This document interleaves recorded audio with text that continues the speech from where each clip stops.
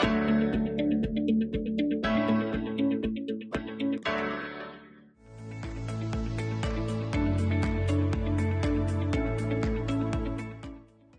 students and welcome to this math session. In today's session we'll learn how to calculate mode of a group data. तो पिछले कुछ sessions में हमने measures of central tendency की बात करी, तीन तरीके के एवरेजेस हमने देखे, mean, median and mode. Mean for a group data के तीन तरीके, direct method, assumed mean method और स्टेप डिविएशन मेथड भी सीखा हमने। आज के सेशन में बात करेंगे मोड की। तो ये बताइए जरा मोड होता क्या है, किस टाइप की एवरेज होती है? Mode is the most frequently occurring observation of the data, ये हम जानते हैं। तो अगर कोई अनग्रुप डेटा दे रखा है, जैसे कि फॉर एग्जांपल यहाँ पर 20 स्टूडेंट्स ऑफ अ क्लास का वेट का डेटा है, ठीक है, तो अब देखिए कौन सी वैल्यू है जो फ्रीक्वेंटली अकरिंग है। यहाँ पे हमें दिखाई दे रहा है कि 42 is the most frequently occurring value, तो 42 becomes the mode of this data. एक और एग्जाम्पल देखिए, यहाँ देखिए एक स्कूल में बच्चे हैं, age of learners are mapped to the number of learners, तो इसका मोड क्या होगा? Again clearly highest number of learners आ रहे हैं 12 के एज ग्रुप में, तो 12 will become the mode of the data. तो ये आसान था because the data was ungrouped. But if we talk about a grouped data, for example यहाँ पर देयर आर 20 हाउसहोल्ड्स जिनका सर्वे हुआ। क्या सर्वे हुआ है कि साइज कितना है फैमिली का, तो क्लास इंटरवल्स हमारे साइज ऑफ फैमिली बन गए और नंबर ऑफ फैमिलीज हमारी फ्रीक्वेंसी बन गई। अब यहाँ देखिए मैक्सिमम फ्रीक्वेंसी क्या है, क्लियरली इट इज 8, तो यानी कि ये जो हो गई ये हमारी मॉडल क्लास हो गई, ठीक है। मॉडल क्लास का तो हमें पता चल गया, but what is the mode? Mode क्या होगा इसका?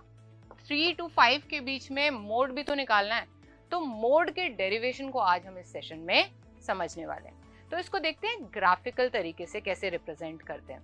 अब देखिए यहाँ पे ये वाली जो क्लास है ये हमारी मॉडल क्लास है, इसकी फ्रीक्वेंसी को हम मानेंगे F1। ये प्रीसीडिंग क्लास है, यानी कि उससे पहले वाली जो क्लास है ये होगी F0 और सक्सीडिंग क्लास की फ्रीक्वेंसी होगी F2। तो यानी कि अगर हम यहाँ पर देखें, so this is F1, this is F2 and this is F0, ठीक है। अच्छा, अब अगर एक्स एक्सिस पे देखें यहाँ पर क्लास इंटरवल्स हैं, तो मॉडल क्लास का जो लोअर लिमिट है उसको हम L से डिनोट कर देते हैं, तो ये पॉइंट तो हमारा L हो जाएगा, ठीक है। और अगर बात करें इस पॉइंट की, देखिए ये क्लास साइज क्या है, क्लास साइज हमारा क्या होता है H से डिनोट करते हैं ना हम, तो ये वाला पॉइंट क्या बन जाएगा L प्लस H। ये इंपॉर्टेंट है, हमें आगे डेरिवेशन में काम आएगा, तभी हम ये मार्किंग्स कर रहे हैं। तो ये L पॉइंट हो गया, ये हो गया L प्लस H, ये F0, F1, F2 ये हमारी फ्रीक्वेंसी हो गई, ये हमारी मॉडल क्लास हो गई, ठीक है। इसको भी S और T मार्क कर देते हैं हम अभी के लिए। अब क्या करना है आपने, will join AD, these 2 points, we'll join CB, then we'll have perpendiculars PQ and PR to AC and BD respectively, and we'll have another perpendicular PM to X axis, ठीक है। अब यहाँ देखिए ध्यान से OM, ये part OM is the measurement of the mode. This M is selected on the highest probability and accuracy, which means that कि अगर इसकी preceding क्लास की फ्रीक्वेंसी बढ़ेगी तो M लेफ्ट साइड पे शिफ्ट होगा, और अगर सक्सीडिंग क्लास की फ्रीक्वेंसी बढ़ेगी तो M राइट साइड शिफ्ट होगा। तो इस तरीके से the M is selected, okay. तो अब देख लेते हैं अब कैसे डिराइव करेंगे। हम यूज करेंगे सिमिलर ट्राइंगल्स का कॉन्सेप्ट। दो ट्राइंगल्स देखिए, ACP एंड DBP। तो अब इनमें क्या ये दो ट्राइंगल्स आपको सिमिलर लग रहे हैं? ACP एंड DBP सिमिलर हैं। देखिए अगर ये पैरेलल लाइंस हैं तो ये एंगल इस एंगल के ऑल्टरनेट इंटीरियर एंगल हो गया, इक्वल हो गए, और इसी तरीके से ये वाले एंगल्स इक्वल हो गए। तो AA रूल से हम क्या बोल सकते हैं, that the triangles are similar. और ट्राइंगल्स अगर सिमिलर होते हैं उनके जो कॉरेस्पॉन्डिंग साइड्स होते हैं उनकी रेशो तो सेम होती है, साथ में मीडियंस और एल्टीट्यूड्स की रेशो भी सेम होती है।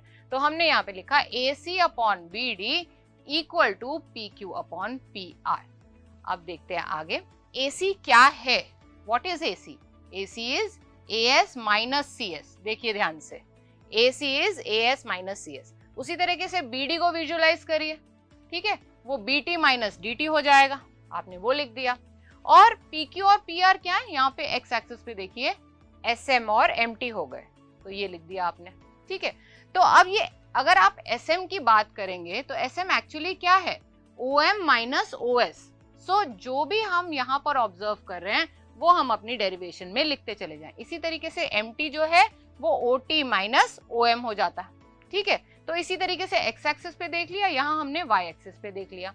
अब देखिए आगे जो AS है वो एक्चुअली क्या है, that is the frequency of the model class which is F1। तो हमने यहाँ पे F1 लिख लिया AS की जगह। CS प्रीसीडिंग क्लास की है तो F0 आएगा। इसी तरीके से BT और DT F1 माइनस F2 हमारे पास आ गए, ठीक है। बात करते हैं फिर से x एक्सिस की। OM जो है वो हमारा मोड है, ये समझना जरूरी है। OM क्या है, हमारा मोड है, तो हमने OM की जगह मोड लिख दिया। और OS क्या है, देखिए OS is the lower limit of the model class, तो मोड माइनस L आ गया, तो इस तरीके से हम इस पे आ गए। OT माइनस OM को ऑब्जर्व करिए। OT क्या है, देखिए OT ये पूरा क्या बन रहा है, L प्लस H, क्योंकि हमने इसको मार्क ऑलरेडी करा है, समझा था अभी हमने, तो ये L प्लस H हो गया।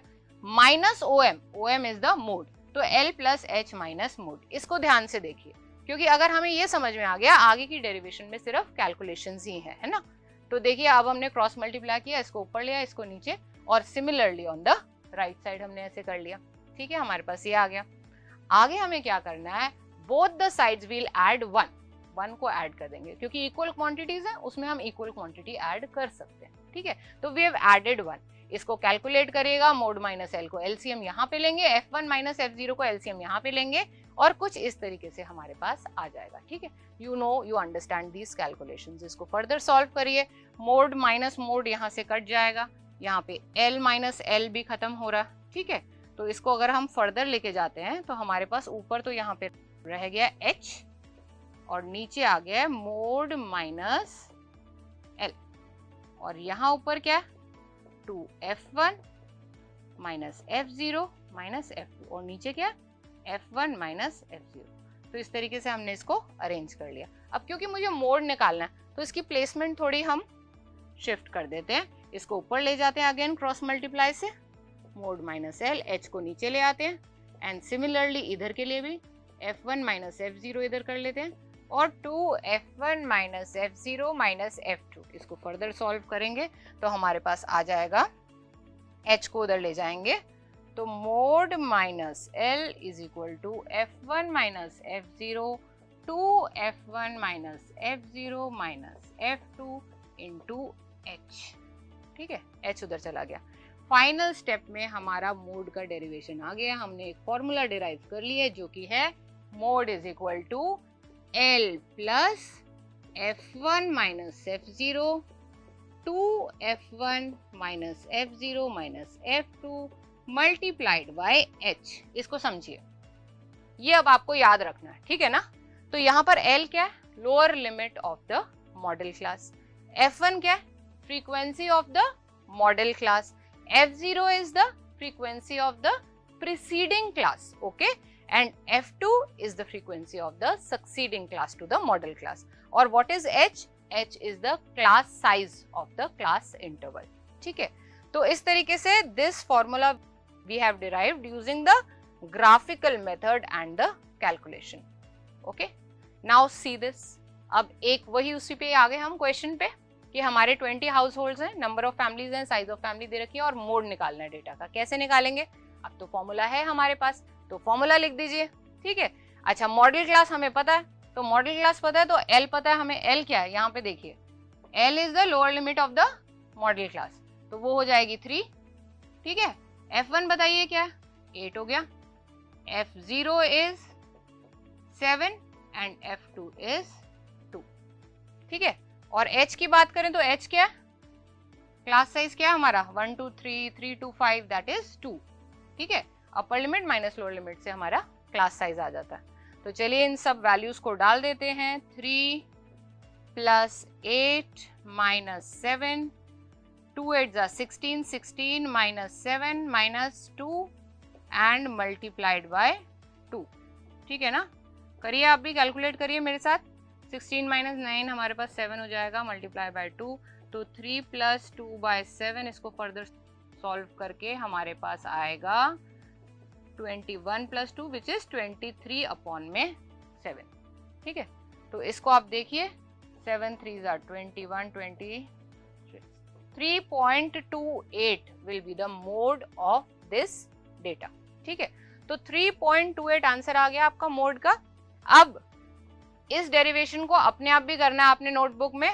So now I am leaving you with this task. ये क्वेश्चन है जिसमें आपको गिवन है total monthly house hold expenditure of 380 families. आपको क्या निकालना है? Model monthly expenditure of the families. तो ये क्वेश्चन करिएगा आप अपने आप, a task for you and practice many more questions like this। and हम मिलेंगे एक और इंटरेस्टिंग मैथ सेशन में। तब तक के लिए take care of yourself and happy learning.